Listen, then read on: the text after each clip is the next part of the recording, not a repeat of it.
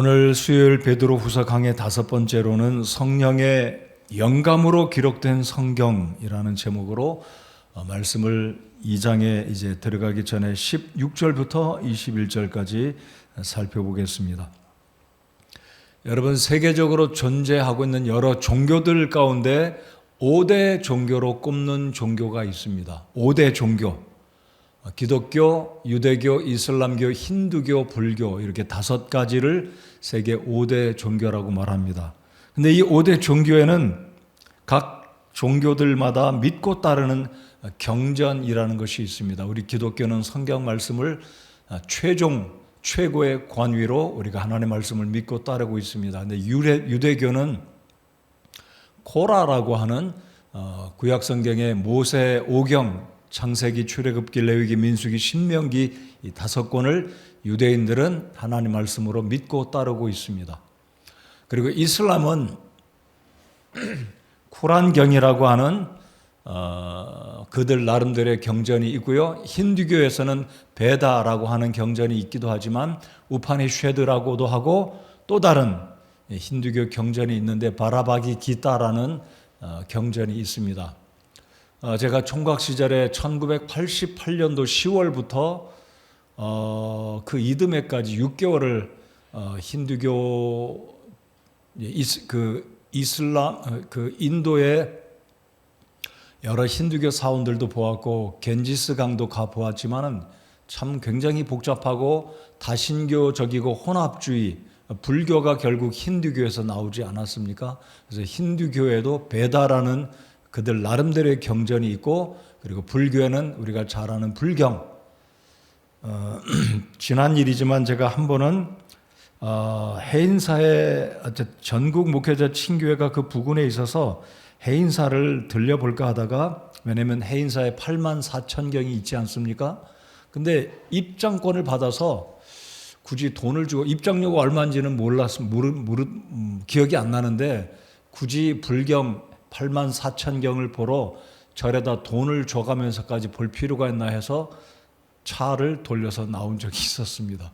아무튼 전 세계적으로 이 5개의 종교가 있는데 종교들마다 각기 자신들이 믿고 따르는 경전이 있습니다. 그렇다면 이 저녁에 우리 아이들이 노트를 열심히 하고 있는데 보기가 아주 참 좋습니다. 그렇다면 이 세계 5개 종교가 있고 그들 나름대로 믿고 따르는 경전이 있다면 우리 기독교에서 최고로 인정하는 참된 진리, 오직 유일한 진리인 하나님의 말씀과 불경과 베다와 쿠란과 코라, 어떻게 차이가 있는지 생각을 해 보겠습니다.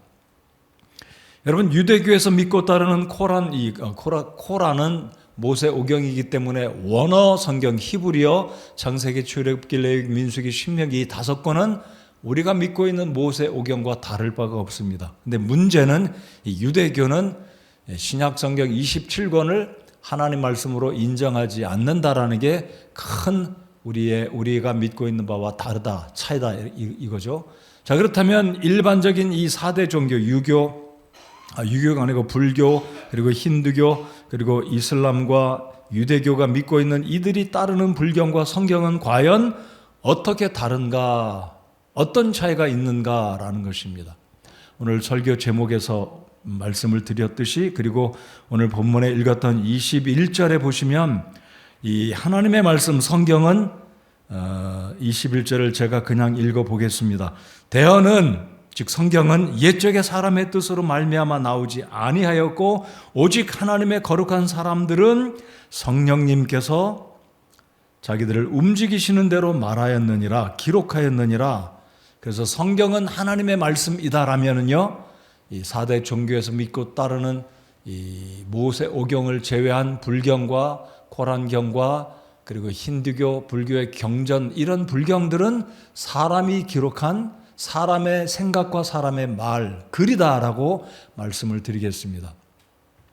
물론 성경을 기록한 40여 명의 저자들이 있어요. 예를 들면 베드로, 모세, 다니엘, 마태, 호세아, 이런 40여 명의 저자들이 있지만 이 40명이 하나님의 말씀을 기록할 때는 자기 생각, 자기 의견을 적은 것이 아니라 성령 하나님께서 이 40여 명의 저자들의 마음을 감동하시고 영감을 주시어서 기록하게 했기 때문에 이것은 호세아나 베드로 개인의 글이 아니라 모세의 개인의 글이 아니라 하나님의 말씀이다. 이런 차원에서 이제 4대 종교에서 믿고 따르는 이런 경전과 기독교의 성경이 분명한 확연한 차이가 있다라는 것입니다.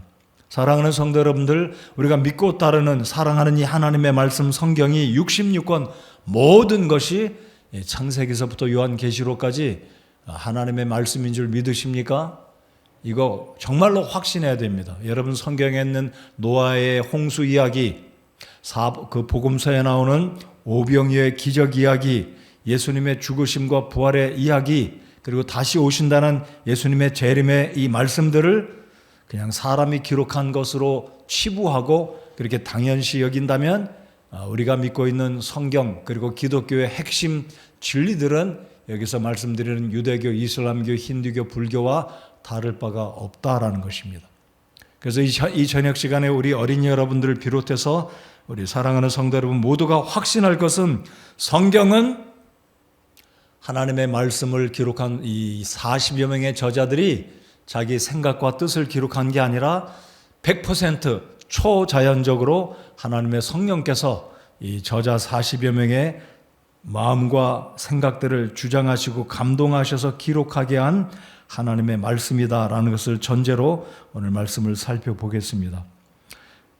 자, 오늘 제가 여러분과 함께 세 가지를 살펴보고자 합니다. 16절을 한번 다시 보시면, 자, 베드로는 자신의 경험을 여기에 16절에 이야기하고 있습니다. 베드로가 예수님의 제자로 부름받고 약 2년가량 3년가량 지났을 때 우리 예수님께서 이제 십자가 달려 돌아가시 죽을 무렵에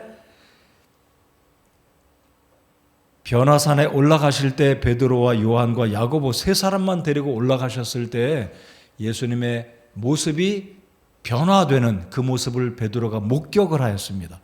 그래서 예수님이 입고 계신 옷이 정말 하얗게 되어서 예수님의 영광스러운 모습을 직접 그 산 위에서 경험하는 모습을 베드로는 이 베드로 후서 1장에 기록하면서 그 당시 하나님께서 예수님을 향해 어떤 말씀을 하셨는지를 이 16절, 17절에 기록하고 있습니다. 우리 다시 한번 16, 17절 읽으신 구절이지만 16, 17절을 같이 읽고 제가 18절을 읽겠습니다. 다 같이 우리 16, 17절 읽겠습니다. 시작. 우리가 너희에게 우리 주 예수 그리스도의 권능과 오심을 알려줄 때에 교묘히 꾸며낸 이야기들을 따르지 아니하였으며 우리는 그분의 위엄을 눈으로 본 자들이니라.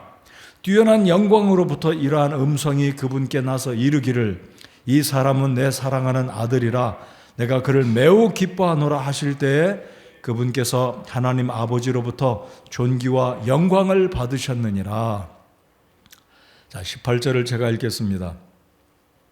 하늘로부터 나온 이 음성은 우리가 그분과 함께 거룩한 산에 있을 때 들은 것이니라.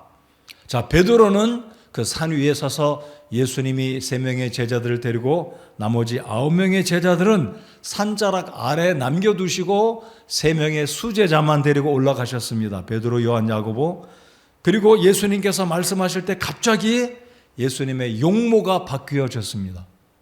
그러니까 베드로가 얼마나 그 모습이 찬란하고 아름답고 행복했으면 주님 여기가 너무나 좋사오니까 우리 장막 셋을 짓고 하나는 예수님을 위해서, 하나는 모세를 위해, 그리고 하나는 엘리야를 위해서 여기서 살고 싶습니다. 그렇게 예수님께 말을 이렇게 나타내 표현한 베드로의 감동의 표현을 우리가 복음서 마태, 마가, 누가복음 소위 말하는 공관복음에서 발견할 수가 있습니다. 자, 그런데 우리가 눈여겨보아야 할 것은 19절입니다. 자, 19절을 우리 다 같이 한번 보시겠습니다. 자, 19절.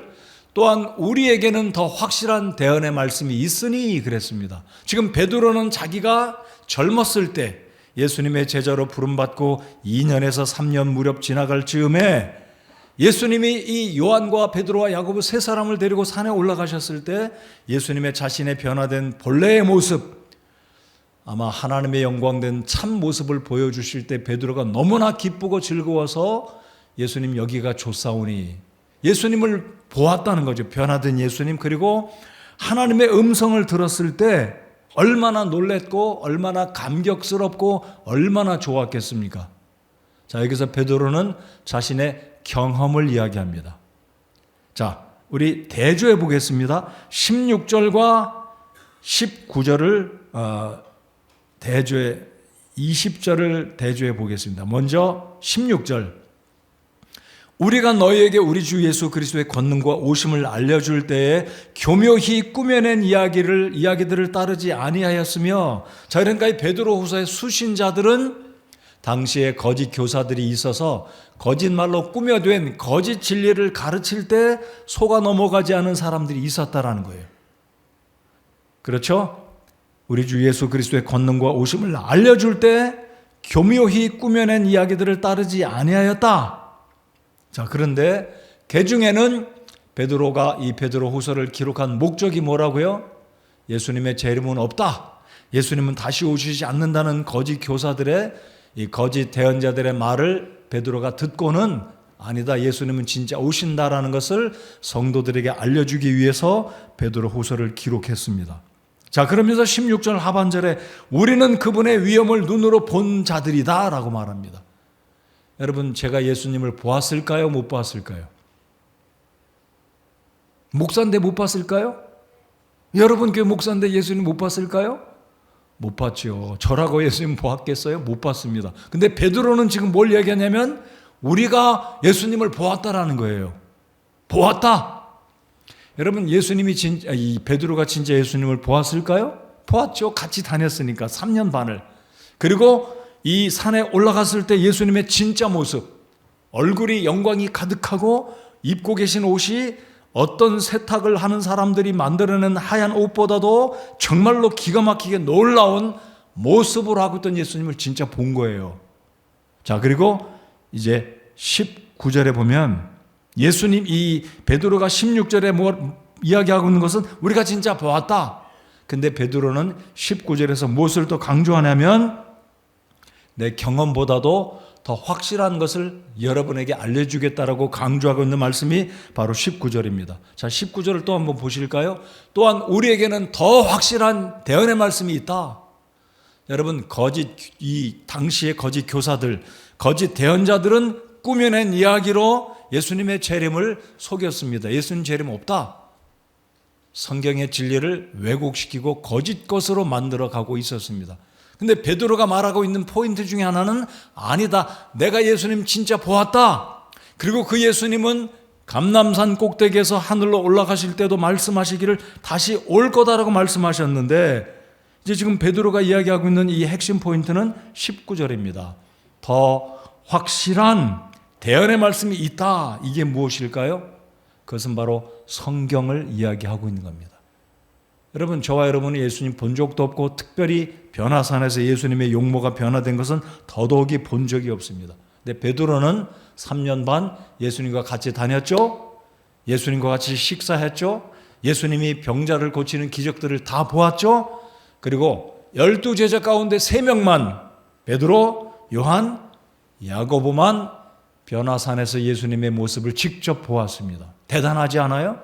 근데 베드로는 지금 이야기하고 있는 것이 내가 예수님 본 것보다 더 놀라운 게 있다. 그게 바로 뭐냐면 성경 말씀이다라는 거죠. 그러니까 성경 말씀에 이루고 있는 예수님에 관한 모든 말씀들, 이것은 더 내가 보았던 경험보다도 더 놀라운, 신뢰할 수 있는 하나님의 말씀이다라는 것을 지금 강조하고 있는 것입니다. 그러므로 성령의 감동으로 기록된 이 성경 말씀을 본문에서 베드로가 강조하고 있는 것은 첫 번째가 뭐냐면요, 분명하고 확실한 말씀이 우리가 믿고 있는 성경이다라는 겁니다.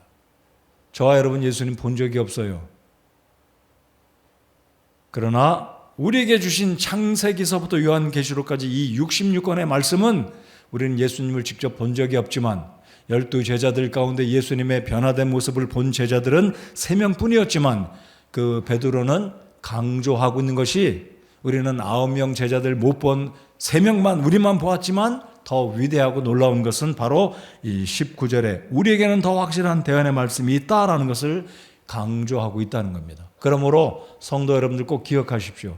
성령의 영감으로 기록된 창세기서부터 마지막 요한계시록까지 66권은 구약성경이나 신약성경에 예수님의 모습을 보았던 당대 사람들보다도 우리에게는 더 확실한 완전히 기록된 말씀 66권이 있다라는 사실입니다.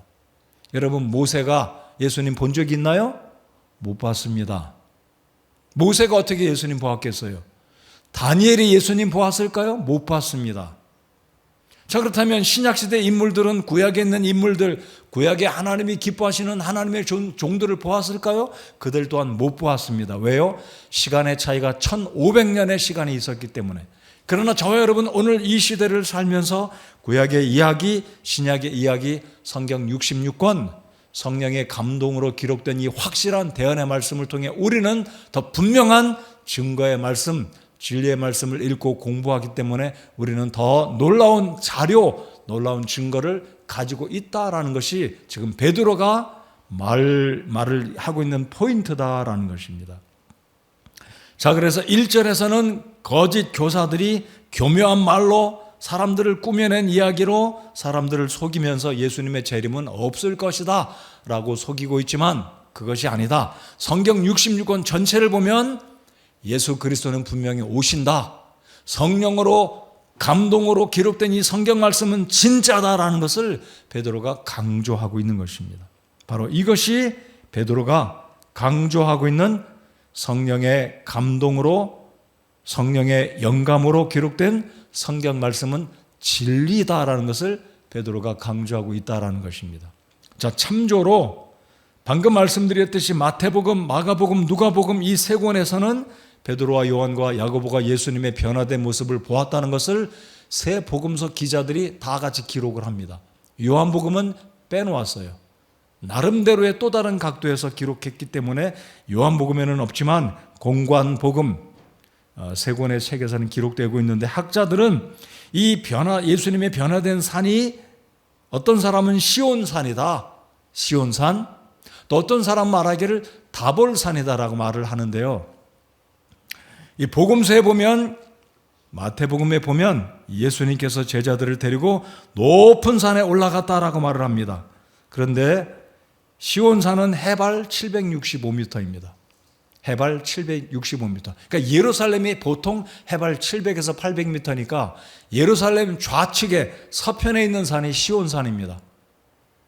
자, 그리고 어떤 학자는 예수님의 몸이 변화된 산을 다볼산이다. 그러니까 예루살렘에서 북쪽으로 올라가면 사마리아 지역에 다볼산이 있는데 다볼산은 그렇게 높지는 않습니다. 588m. 그러니까 시온산은 해발 700m, 다볼산은 500m 좀 넘고 600m가 안 되는. 그런데 또 다른 학자는 이 산이 헬몬산이다. 이스라엘에서 가장 높은 산 몇 미터냐면요. 2814m. 우리 초등생들 백두산이 몇 미터인지 알아요? 2700 몇 미터? 44로 기억합니다. 그러니까 이 헬몬산은 백두산보다도 더 높은 거예요. 2814m니까.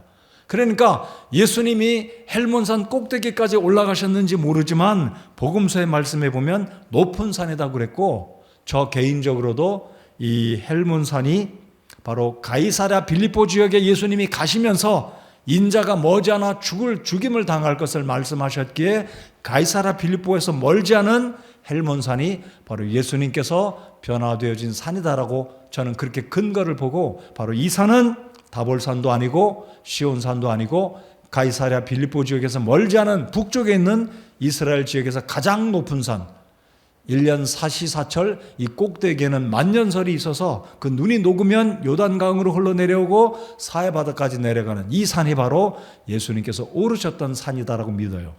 자, 이 산이 시온산이다 다볼산이라 주장해도 특별하게 문제될 것은 없지만, 베드로는 오늘 18절에 보시면 무슨 산이라고 이야기합니까? 18절에 보십시다. 그분과 함께 거룩한 산에 있을 때에 들은 것이니라. 그래서 이스라엘 백성들은 이 헬몬산을 높은 산이라고 표현하기도 하지만 거룩한 산이다라고 표현하고 있기 때문에 이 산은 바로 헬몬산일 것이다 라고 보는 것이죠. 자, 그러니까 베드로가 강조하고 있는 것은 이 산에 올랐다라는 것, 베드로가 직접 예수님을 보았다는 것을 강조하면서 우리는 예수님을 본 자들이다. 그러면서 거짓 교묘한 말로 예수님에 관해서 속이는 자들의 말을 믿지 말라. 왜? 나는 예수님을 직접 보았고 뿐만 아니라 변화산에 올라서 예수님의 용모를 진짜 본 산 증인들이다라는 것을 이야기하고 있다는 거죠. 근데 더 중요한 것은 베드로가 보았던 경험을 강조하는 게 아니라, 잘 들으십시오. 제가 오늘 설교 결론에서 말씀드리겠지만 우리 그리스도인들의 경험이나 지식보다 더 중요한 것은 하나님의 진리의 말씀 자체가 중요하다는 겁니다.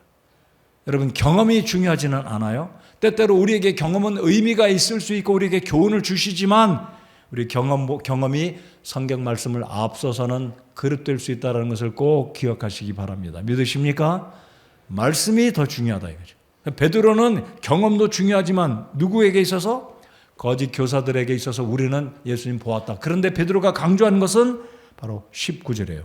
우리에게는 더 확실한 대언의 말씀이 있다라는 거죠. 자, 19절 한번 보시기 바랍니다. 자, 베드로가 성경은 하나님의 성령으로 감동을 입은 사람들에 의해 기록된 책이라는 것을 첫 번째 뭐라고 제가 말씀드렸습니까? 분명하고 확실한 말씀이 바로 이 성경이다라는 것을 강조하고 있고요. 두 번째는 바로 이 하나님의 말씀은 어둠을 밝히 비추는 빛나는 말씀이다라는 것을 베드로가 본문에서 강조하고 있습니다. 하나님의 말씀은 어둠을 비추는 빛나는 진리의 말씀이다. 자, 우리 19절을 다 같이 한번 읽어보시겠습니다. 19절 시작. 또한 우리에게는 더 확실한 대언의 말씀이 있으니 날이 새어 샛별이 너희 마음속에 떠오를 때까지 너희가 어두운 곳에서 비치는 빛을 대하듯이 말씀에 주의를 기울이는 것이 잘하는 것이니라. 아멘. 여러분, 여기에서 어두운 곳과 샛별을 대조해서 베드로가 이야기합니다. 어두운 곳은 이 세상에 구원받지 아니한 자들, 죄악 가운데 살고 있는 자들을 말하고 있는 것이라면, 샛별은 어둠을 밝히는 샛별, the morning star. 우리 예수님을 샛별이라고 하지 않아요? 여기서 말하는 샛별은 바로 예수 그리스도를 상징함과 동시에 하나님의 진리의 말씀을, 어두운 곳을 비추는 하나님의 생명의 말씀을 베드로가 이야기합니다. 자, 그러므로 기억하십시오. 성령에 의해 감동을 입은 하나님의 저자들이 기록한 이 말씀은 어둠 가운데 있는 영혼들을 비추는 하나님의 진리의 말씀이다. 바로 요한복음 1장 1절에서 처음에 하나님의 말씀이 계셨으니 이 말씀이 하나님과 함께 계셨고 이 말씀이 곧 하나님의 말씀이다 라고 말씀하고 있지 않습니까? 그러니까 지금 베드로는 어둠을 비추시는 분은 예수님이시자 동시에 예수님은 말씀이시기에 이 본문 19절에서는 바로 하나님의 진리의 말씀, 즉 성령의 영감을 입은 하나님의 종들이 기록한 이 말씀을 빛으로 우리에게 강조하고 설명하고 있는 것입니다. 자, 우리 시편 119편 105절 너무나 유명한 말씀이죠. 내 발의 등이요 내 길의 빛이니이다. 무엇이요? 하나님의 말씀은 내 발의 등이요 내 길의 빛이니이다. 우리 같이 한번 주의 말씀 읽겠습니다. 우리 학생들 같이 보고 읽겠습니다. 이 말씀을 여러분 마음속에 잘 심어두세요. 자, 읽겠습니다. 시작. 주의 말씀은 내 발의 등불이요 내 길의 빛이니이다. 아멘. 바꿔서 읽어보겠습니다. 성경 말씀은 내 발의 등불이요 내 길의 빛이니이다. 우리 다시 한번 바꿔서 읽어보겠습니다. 시작. 성경 말씀은 내 발의 등불이요 내 길의 빛이니이다. 이 말씀을 꼭 믿고 일평생을 하나님의 성경 말씀은 내 인생의 등불이고 빛이고 나침반과 같고 내비게이션과 같다. 내비게이션보다 더 정확하다. GPS보다 더 정확하다라고 믿고 하나님의 말씀을 꼭 믿고 따라가는 우리 모두가 되어야 할 것입니다.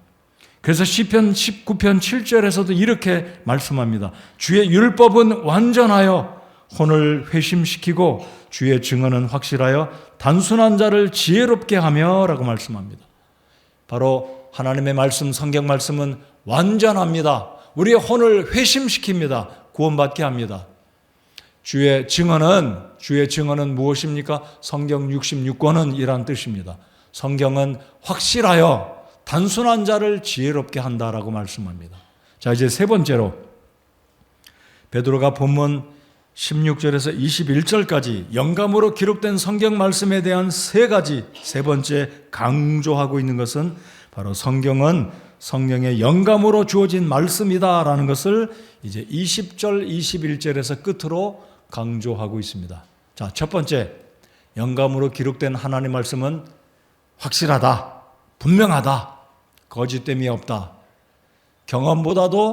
자기가 보았던 경험보다도 더 확실한 대언의 말씀이다라고 강조했고요. 두 번째, 하나님의 말씀은 어둠을 밝히 비추는, 그래서 하나님의 말씀은 죄인들을 거듭나서 구원받게 하고 천국 가게 하고 모든 그리스도인들의 일생에 우리의 빛을 비춰주시고 어둠을 비춰주어서 우리를 아둔하고 미련하고 지혜가 없는 자들에게 하나님 말씀은 우리에게 지혜를 주신다라고 말씀을 합니다. 끝으로 세 번째, 이 성경 말씀은 성령 하나님의 감동을 받고 기록한 놀라운 말씀이라는 것을 베드로 사도가 세 번째로 강조하고 있습니다. 우리 20절 다 같이 한번 읽겠습니다. 20절 같이 읽겠습니다. 시작. 먼저 이것을 알라. 성경 기록의 대언은 결코 어떤 사적인 해석에서 나지 아니하였나니.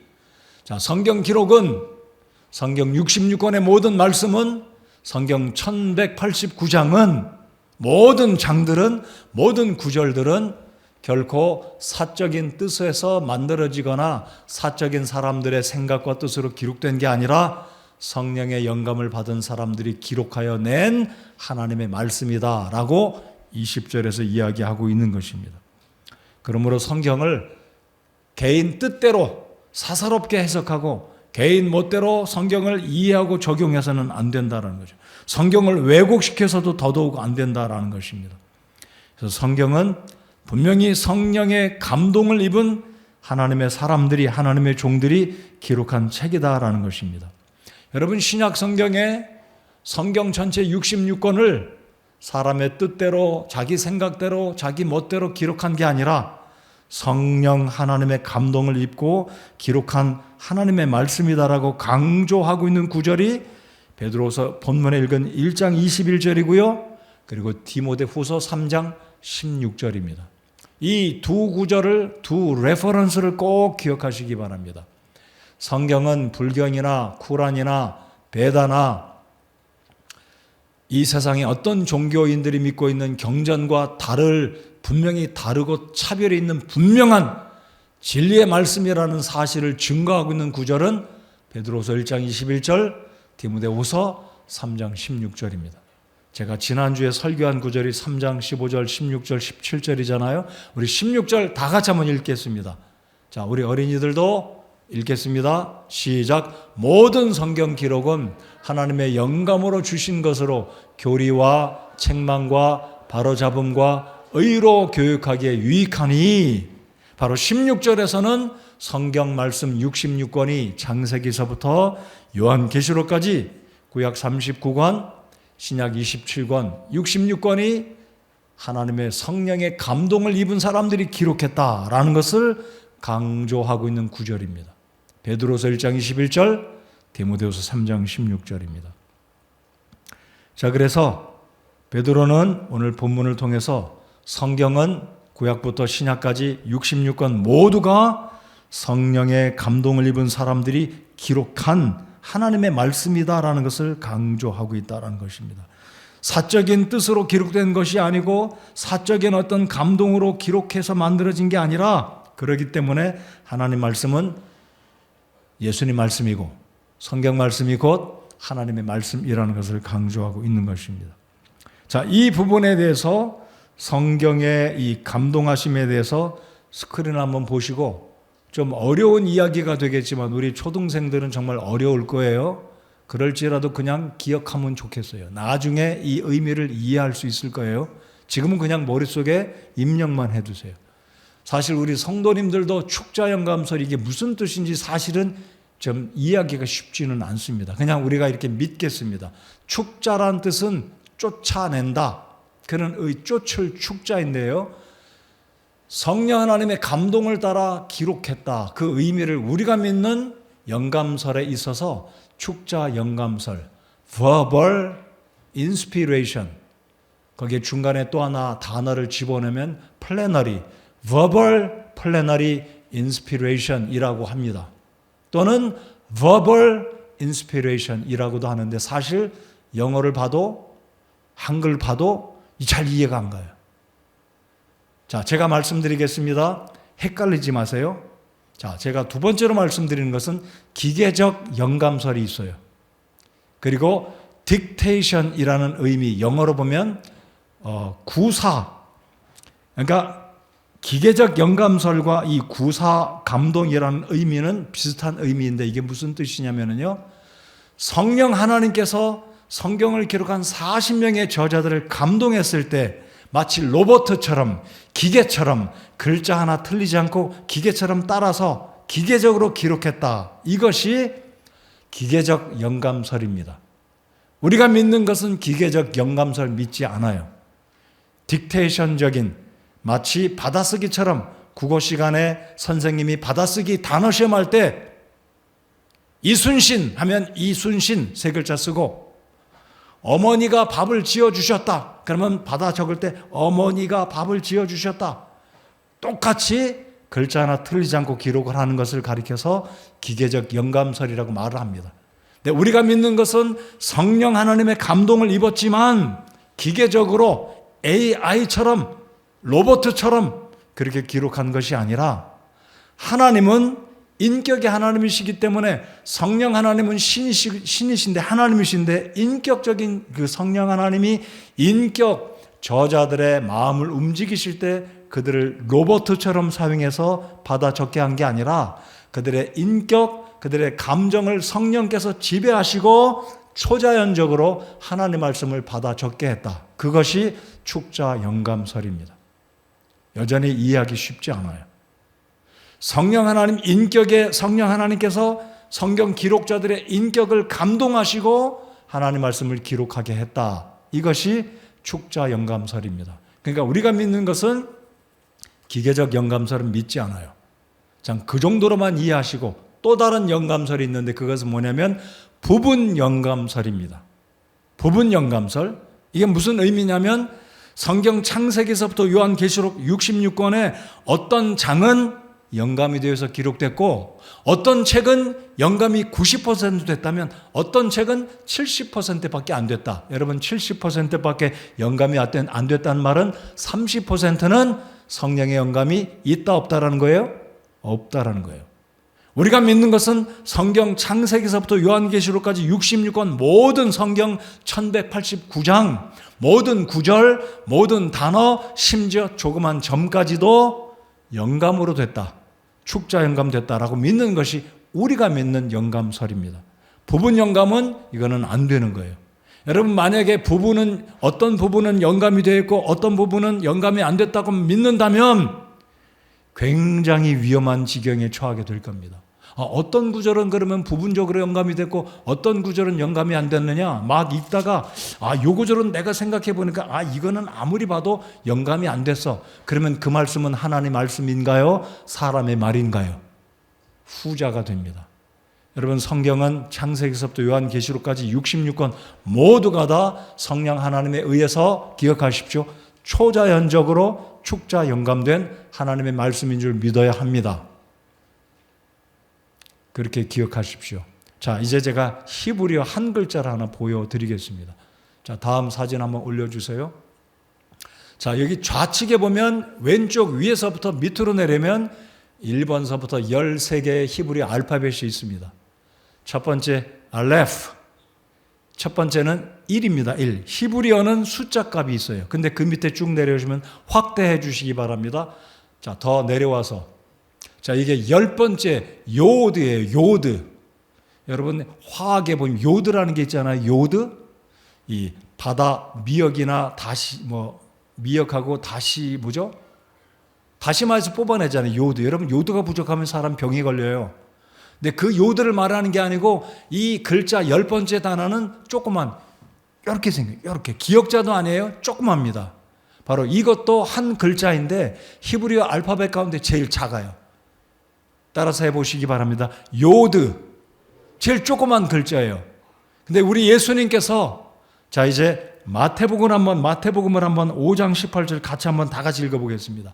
자, 요드를 생각하시면서 마태복음 5장 18절을 읽어보겠습니다. 자, 읽겠습니다.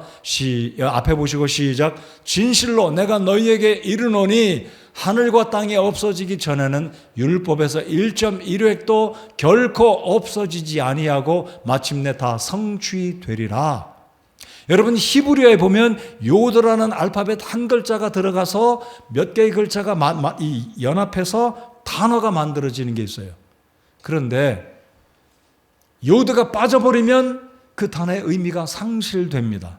이 조그만 글자 하나. 예수님이 마태복음 5장 18절에서 마태복음 창세기서부터 요한계시록까지 모든 히브리어나 그리고 헬라어의 작은 글자 하나라도 특별히 5장 18절은 바로 히브리어의 구약성경의 말씀을 의미한 것입니다. 왜냐하면 예수님 당시에는 아직까지는 신약성경이 기록되지 않았기 때문에.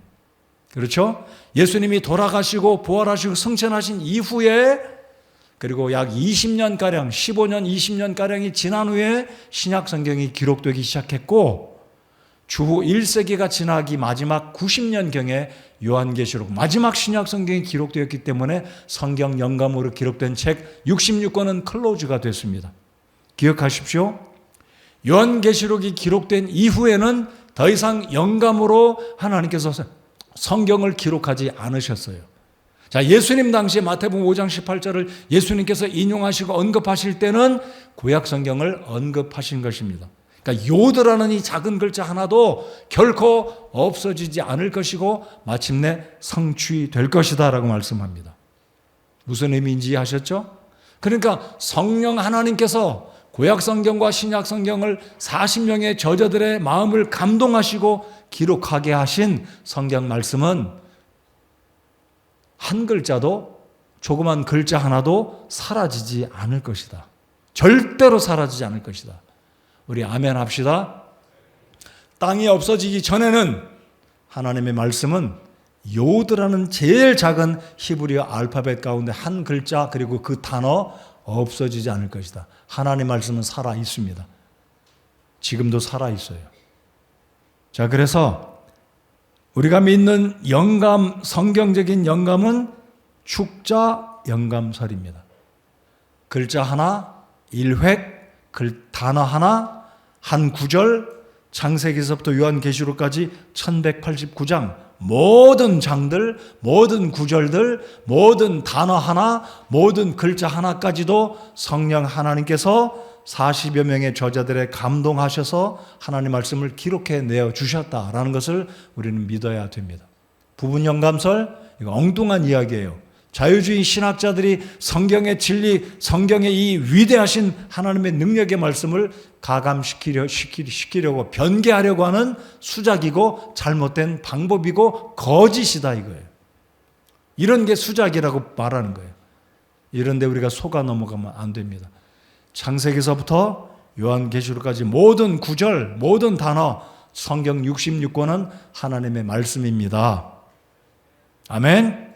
그래서 우리는 부분 영감설이 아니라 온전히 하나님의 말씀으로 믿는 것입니다. 자, 우리 21절 한 번 더 같이 읽어보겠습니다. 21절. 자, 읽겠습니다. 시작. 대언은 옛적에 사람의 뜻으로 말미암아 나오지 아니하였고 오직 하나님의 거룩한 사람들은 성령님께서 자기들을 움직이시는 대로 말하였느니라. 자기들을 움직였다는 것은 40여 명의 저자들. 자, 그러면 제가 또 하나 재밌는 사실들 하나 보여드리겠습니다. 자, PPT를 한번 올려주시면은요. 어떤 수학학자가 연구한 것인데, 자, 글자가 작아서 잘 안 보이실지는 모르겠습니다. 구약 성경에서 예수님에 관한 8개의 예언이 어떤 한 사람에게 성취될 수 있는 확률은 1의 17자승. 1에 동그라미가 17개 붙어요. 제가 읽어보느라고 노력을 해봤는데 틀렸는지 모르겠지만 10경입니다. 10경. 여러분 1경이라는 숫자도 엄청난 숫자예요. 십경이라는 숫자는 여태까지 이 십경을 써볼 일이 없을 거예요. 거의. 엄청난 숫자입니다. 자, 그러면 예수님에 관한 예언, 예를 들면 8가지 예언이 있어요. 예를 들어 보겠습니다. 예수님이 처녀의 몸에서 태어날 것이다. 그가 태어나면 이름을 임마누엘이라 또는 예수님이라고 지을 것이다. 예수님은 베들레헴에서 태어날 것이다. 예수님은 30냥에 팔려갈 것이다. 예수님은 십자가에 못 박혀 죽으실 것이고 무덤에 장사 지낸 바 되었다가 3일 만에 살아날 것이다. 이런 등등의 예언이 어떤 남자에게 성취될 확률은 1 뒤에 동그라미가 몇 개 붙는다고요? 조은성 어린이 대답해 보세요. 17개. 이 확률이 이루어질 수 있는 확률은 그러면 확률이 높은 건가요? 이 높다고 말하는 게 아니라 이거는 엄청나게 이루어질 확률은 0이에요. 0. 불가능한 거예요. 여러분 10경의 사건이 발생하면 그 중에 한 번만 이루어진다는 확률은 없는 거예요. 근데 그 다음번엔 더 놀라워요. 구약성경의 48가지가 예수님과 연관된 구약성경의 예언들이 예수님께 성취될 확률은 1 뒤에 동그라미가 157개가 붙어요. 이거 읽을 수 있는 사람은 아무도 없어. 못 읽어요. 읽을 수 있겠습니까? 동그라미 제가 여기 정확하게 157개 동그라미 붙여뒀어요. 동그라미 붙이기도 힘들어요. 몇 번 하다가 이게 제대로 된 건지 10개, 20개 따와가지고 40개, 50개 만들어서 50개 3번 붙였어요. 그리고 7개 동그라미 붙여서 157개 동그라미입니다. 세볼 필요 없어요. 여러분, 성경의 예언이 예수님의 탄생과 죽으심에게 그 과정에 성취될 확률은 10경 그리고 48가지 예수님에 관계된 예언이 성취될 확률은 없어요. 그런데 예수님은 구약의 예언대로 성취되었습니까? 믿으십니까? 어떻게 이게 가능한가요? 성경은 사람이 기록한 책이 아니라 성령 하나님이 기록하게 하셨기에 하나님은 거짓말하지 않으시기 때문에 하나님이 말씀하신 것은 반드시 성취됩니다. 그렇죠? 자, 우리 성경 한 구절 찾아서 읽어보겠습니다. 이사야 34장 16절 읽어보겠습니다. 이사야 34장 16절 읽겠습니다. 아주 재밌고 놀라운 말씀을 하나님께서 이사야 대언자를 통해 기록해 주셨습니다. 자, 같이 읽겠습니다. 시작. 너희는 주의 책에서 찾아 읽어보라. 이것들 중에 하나도 빠진 것이 없고 자기 짝이 없는 것이 없으리니 이는 내 입이 그것을 명령하였고 그의 영이 그것들을 모았기 때문이라. 누가 그것들을 모았다고요? 여기서 말한 영은 누구예요? 성령 하나님입니다. 성령께서 이 성경의 기록들을 40명의 저자들을 통해서 기록하게 하셨기 때문에 신약과 구약을 연결해 보면 딱 들어맞는다는 겁니다. 짝이 없는 게 없다는 거예요. 다 짝이 맞는 거예요. 그렇죠? 우리 초등생들만 대답해 보시기 바랍니다. 집신도 뭐가 있다? 그렇지. 집신도 짝이 있다고 그러잖아요. 근데 성경 말씀은 신약이나 구약이나 수많은 하나님의 예언의 말씀들이 하나도 거짓되게, 어긋나게 틀리는 게 없고 다 짝이 맞는다 이거예요.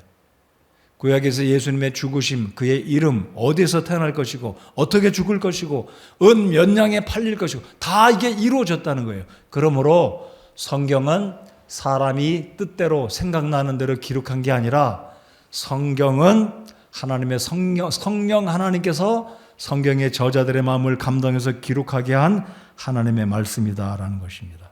자, 오늘 말씀의 결론입니다. 성경은 누구의 어떤 감동에 의해서 기록되었다고요? 성령 하나님의 감동. 아마 우리 어린이들 아직 이해가 잘 안 갈 거예요. 이게 무슨 감동일까? 성령께서 감동을 주셔서 그 감동에 따라 베드로나 모세나 다니엘이나 호세아나 요나나 베드로나 마태나 누가나 성경의 저자들이 성령 하나님께서 감동을 주시면 그것을 다 기록해서 이 기록된 것이 하나님의 말씀이 되었다라는 것입니다. 그렇기 때문에 성경은 우리를 구원하십니다. 그렇기 때문에 성경은 앞으로 장차 되어질 일 또한 분명히 때가 되면 성취될 것이다 라는 것입니다. 여러분, 네 발 달린 짐승들은 물에 빠지면 절대 죽지 않아요. 다 수영합니다. 네 발로 허우적거리긴 하지만 물에 빠져 죽는 짐승 없어요. 근데 사람은 만물의 영장이라고 하고 똑똑하지만 물에 빠져 죽어요. 왜 그렇습니까? 물에 자기를 맡기지 않으니까. 맡기고 가만히 있으면 다 떠서 살아요. 근데 긴장하니까 몸에 힘이 들어가서 가라앉는 겁니다. 우리 하나님 말씀에 우리의 삶을 맡겨드리면 하나님의 말씀이 우리를 인도하시고 축복하시고 죄악 가운데 죽을 수밖에 없는 우리들을 하나님의 말씀은 우리를 거듭나게 하시고 구원받게 하신다라는 사실을 확신해야만 할 것입니다. 오늘 시편 119편 105절에 주의 말씀은 내 발의 등이요 내 길의 빛이라고 말씀하신 이 말씀을 믿고 확신하고 살아갈 때 하나님은 오늘 이 시대에도 성경의 이 말씀, 이 진리의 말씀에 따라 우리를 인도하시고 지키시고 복 주실 것입니다. 중국의 선교사였던 허드슨 테일러가 중국에 가서 열심히 사역한다고 했지만 실패를 거듭했습니다. 하는 말들도 사역도 열매가 없어서 너무나 고민해가지고 심지어 불면증에 빠지게 됐습니다. 고민하다가 할 수 없이 건강이 악화되어서 영국에 있는 그의 누이에게 사정을 설명했습니다. 그랬을 때 허드슨 테일러의 누이가 이 말을 듣고 이런 편지를 써서 보냈다고 합니다. 자, 읽어드려볼게요. 너는 아무 일도 하지 말고 푹 쉬는 법을 배우라. 포도나무 가지가 원줄기에 잘 붙어 있기만 하면 영양분이 올라와 꽃 필 때 꽃 피고 열매 맺을 때 열매 맺게 되는 것과 같단다 라고 편지에 조언을 써서 보냈습니다. 이 편지를 받았던 허드슨 테일러는 그렇구나. 내가 사역을 위해 너무 염려하고 내 힘으로 내 방법대로 하려고 그랬구나. 주님이 내 포도나무이니까 나는 포도나무 가지니까 주님께 붙어있기만 하면 되는구나. 그때를 깨닫고 이것을 깨닫고 주님의 말씀에 의지했을 때 많은 열매를 맺어서 놀라운 사역을 거두었다고 합니다. 성도 여러분들, 사람은 때가 되면 죽습니다. 그러나 말씀은 여전히 살아있습니다. 사람의 경험도 희미해지고 사라질 것입니다. 우리의 경험, 복된 경험도 많아요. 하나님이 우리 복 주시고 어떻게 우리를 시험에서 건져주시고 고난 가운데 우리를 건져내어 주셨는지 우리에게 좋은 경험도 많습니다. 그러나 이 경험이 결코 하나님의 말씀보다 앞서서는 안 될 것입니다. 성도 여러분들, 경험보다 말씀에 의해서 하나님 말씀을 믿고 따라 살아가는 우리의 삶이 되어야 할 것입니다. 여러분, 세상은 점점 어두워지고 악해져 갈 것입니다. 그러나 빛이신 말씀, 샛별과 같은 우리 하나님의 말씀은, 이 예언적인 말씀은 더 빛이 날 것이고 이 말세가 될수록 성경은 점점 더 정확하게 성취되어 갈 것을 믿고 확신하시기 바랍니다. 성숙한 그리스도인들은 감정이나 경험에 의지하지 않고 하나님의 진리의 말씀을 따라서 살아가게 될 것입니다. 그런 성도가 성숙한 성도입니다. 하나님 말씀 따라 살아갈 때 열매 맺게 될 것입니다. 확신하시기 바랍니다. 그래서 어린이 여러분, 말씀을 읽으시고 암송하시고 성경을 오래 계속해서 읽어가시고 일독이상하시기 바랍니다. 참조로 이 이야기를 해드리고 마치겠습니다. 성경을 읽기표에 제가 우리 성도 사역자들이 붙여두고 표시하면 상으로 드린다고 처음부터 말씀은 안 드렸어요. 연말에 가서 다 읽으신 분은 표시를 다 하십시오 해서 펜을 드렸는데 그 펜이 뭐 그렇게 굉장한 것은 아니지만 우리 권 집사님 가정에서 선물로 기증을 해 주셨는데 표기를 안 했기 때문에 선물 못 받으신 분이 섭섭해 하시는 분이 계신 것 같고, 남들은 다 상을 받는데 나 읽었는데 나는 몇 독 했는데 상을 못 받지 하고 마음이 섭섭해 하시는 분들은 양해해 주시기 바랍니다. 오늘 그냥 성경 읽기 이야기하면서 지나가면서 말씀드리는 겁니다. 읽기표를 붙여둔 이유는 동참하라고, 교회 사역에 동참하라고 붙여둔 것이고, 거기에 표기를 하신 분들은 연중에 계획을 하지 않았지만 그냥 제 마음속에 감동이 있어서 볼펜을 드리면 좋겠다, 그렇게 예산으로 예산도 사실 없었지만 계획에 잡아두지 않았지만 선물을 드린 건데 집사님 가정에서 선물을 해 주셨습니다. 펜을 혹시 못 받으신 분 섭섭하시더라도 이해해 주시고 올 한 해도 성경 꼭 읽으시고 우리 어린이 여러분들 암송하시고 하나님의 진리의 말씀 따라 살아간다면 하나님은 우리 인생에 이 말씀이 여전히 우리 인생의 빛이 되어 주실 것이고 우리 발등에 놀라운 빛을 비춰주시는 등불이 될 줄 믿고 확신합니다. 우리 다 같이 일어나서 하나님 말씀 기억하면서 찬송 함께 하시겠습니다.